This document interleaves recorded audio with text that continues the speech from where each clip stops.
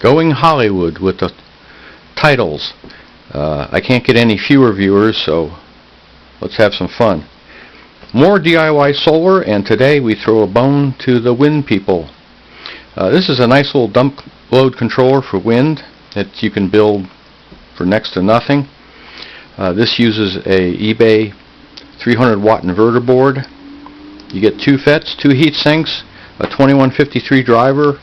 You get a board. What more could you want? Terminals? That's cheap.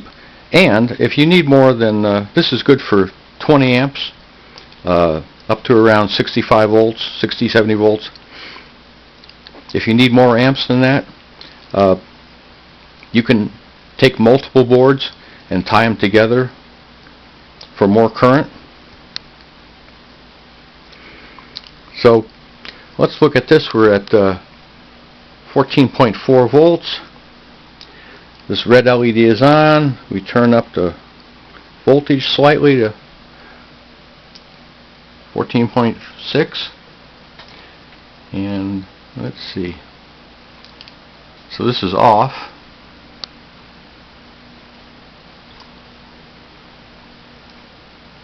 So it's got a nice little soft start to it. Again, the LED is on. That inhibits the outputs. When the LED goes off, the outputs turn on fully. This takes advantage of a little unknown property. These 2153s do not have a shutoff pin, but you can short out the capacitor to turn both of the outputs off, and that's what we do here. We're using a TL431, and what that does is sense the panel or battery voltage, and as a voltage divider, you can figure out the values on Ohm's Law calculator.com. You know this is 10K. You know you're going to have 2.5 volts across it. You know what your ideal supply voltage is. So you just got to calculate out what that resistor should be. And remember to reduce it about 10K for half the pot, which is a 20K pot. So when this TL431 turns on, it goes down to about 1.8 volts, between 2 and 1.8 volts. It has a resistor to pull up. We use a diode here for isolation, but also some voltage drop. And we use the onboard LED as an indicator. To use that, we remove this resistor.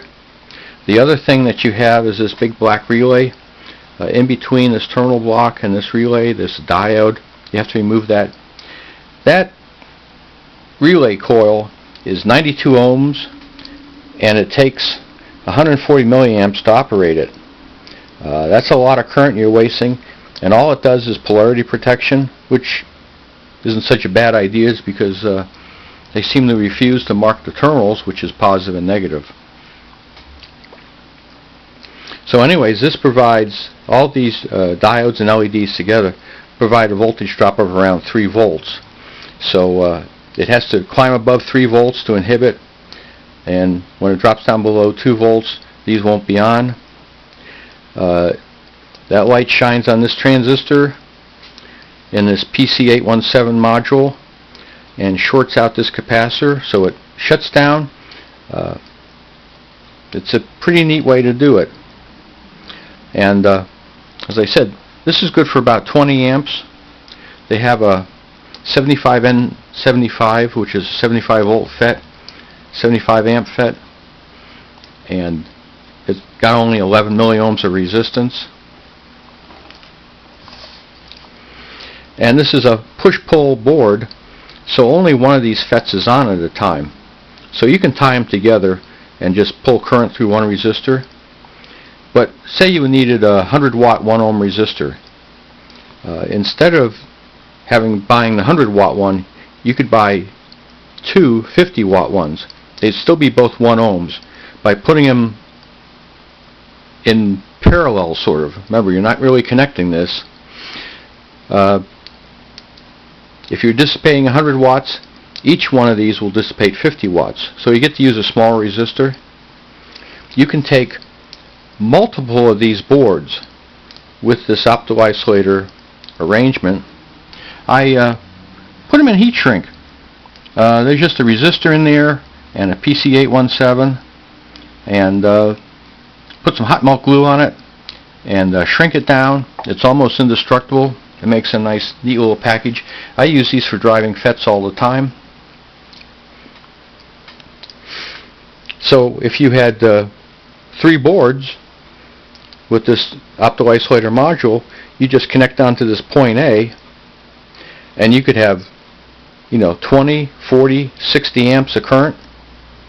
That's pretty neat for, only $15 for 60 amps.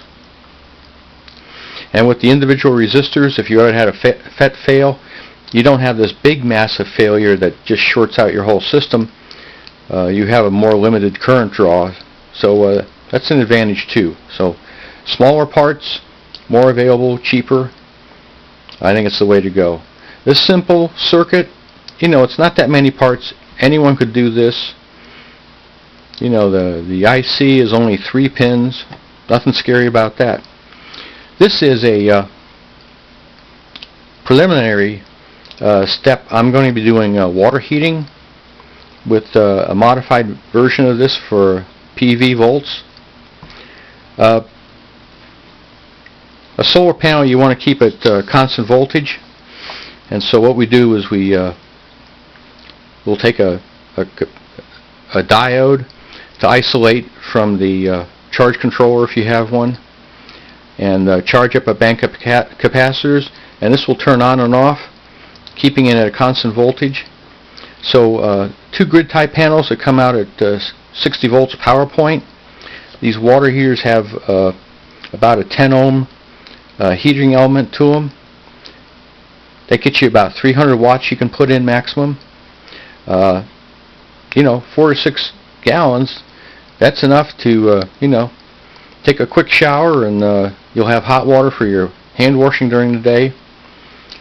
You really want to heat water directly off panels. You don't want to do it off the battery. It just confuses your charge controller, and if you don't have enough sun to heat water, your battery's never going to do it. You always want to do everything to protect the battery. Use as much power as you can away from the battery itself, from direct sources. So you can find these on eBay. They're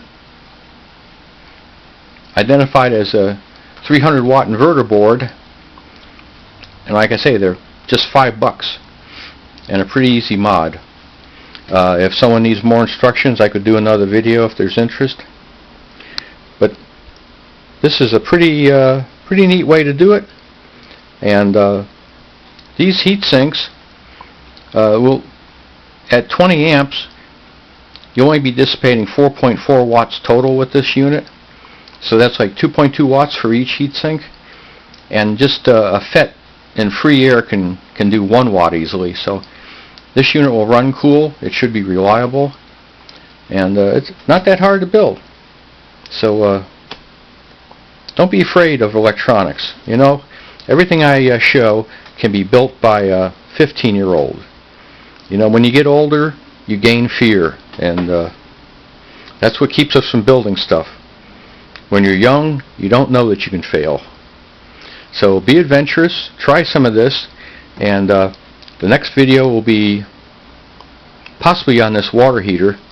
I'm doing some more water heating boards. This is a TL494, and that will be for people who have more than 60 volts that they want to throw into a heater. I haven't found anything that you can buy and modify off eBay, so you'll have to buy this board and some FETs. Still, rather simple build. So subscribe if you're interested in things like this. Thanks for watching.